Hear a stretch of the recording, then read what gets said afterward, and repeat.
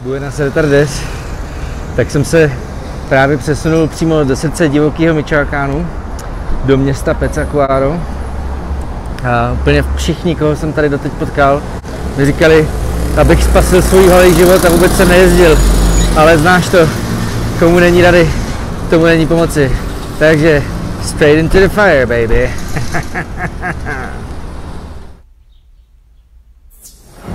Hele kámo, přechod pro chodce tady neexistuje, musí ti stačit, že prostě auta mají červenou a nějak se mezi nimi propleteš.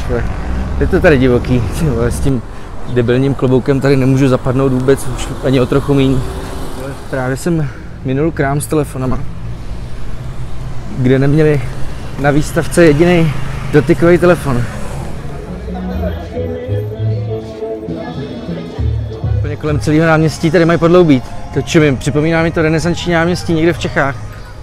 Hele, všimni si, že všechny obchody, tamhle,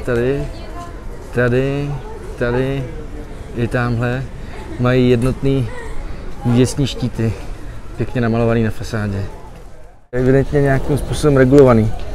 Estetický to je podle mýho názoru, jo? A potom, já jsem ani nečekal, že tady prostě v těchto větších vratech normální obrovský obchodák, jo? Hele, a nemusí tady být nikde 15metrová cedule, vole, Albert, nebo já nevím, jo? I takhle se to dá dělat. Hele more, grill.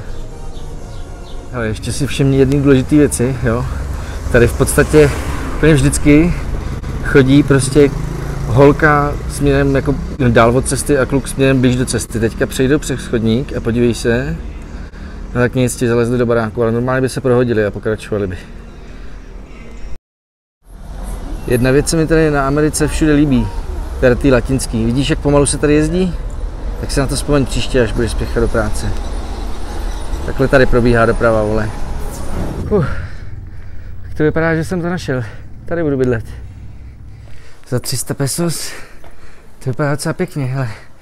Tam mám vyhlídku na jezero.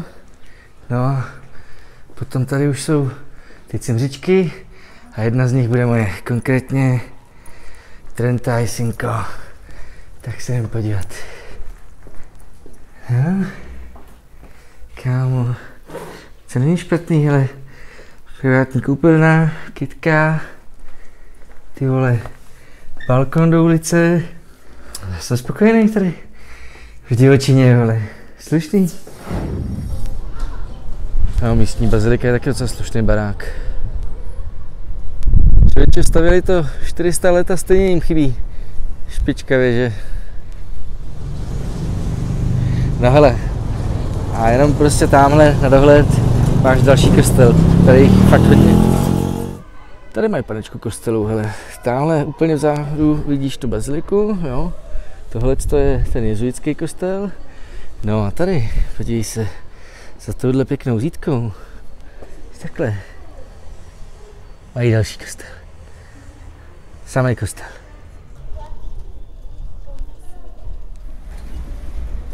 Takhle vypadají místní papaláři. Rovnou tady třídí. Petzacuaro má 70 000 obyvatel a 2 ulice od hlavního náměstí, to vypadá takhle. Jsme v celém městě neviděli jedinou budovu vyšší než 3 patra.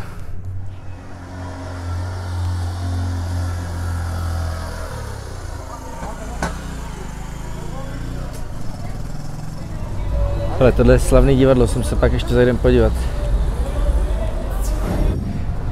Vidíš, já bych třeba řekl, že tamhle to za mnou je kostel. No a ona je to knihovna. Malby jak v Klementínu, more. Tak tenhle těch tady v Petzacuaro je rozhodně divočejší, špinavější, zábavnější a jídlo je tady chutnější a levnější než v Morelia, to mám rád.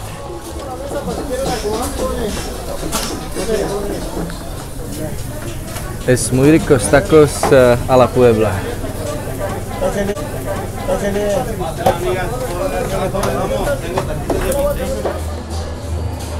Se divím, že se to s tou koronou nezrodilo někde tady.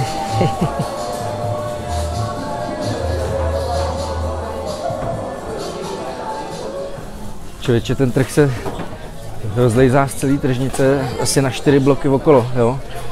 Pak je to obrovský, všechny uličky okolo jsou takhle obsazený prodejcema, ale za chvíli se stmívá, oni už to tady všechno uklízejí, takže já nejspíš taky zabalím, protože se tady nechci nechat někde pobodat. No hele, myslím, že to nebude tak hrozný. Ještě než se zavřu za vysokou zdí mýho hotýlku, tak si dám tady jedno pivíčko. Nemohl jsem odolat, jmenuje se Bohemia, je to tady moje v Mexiku nejoblíbenější. Tak na zdravíčko, Pěčo.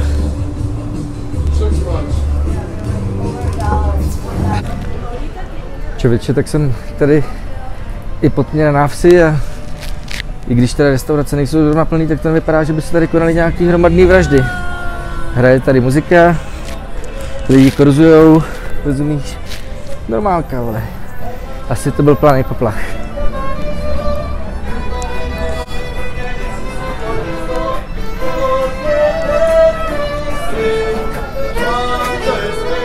Tady bylo hezky vidět, že kdo se bojí, sere vsí.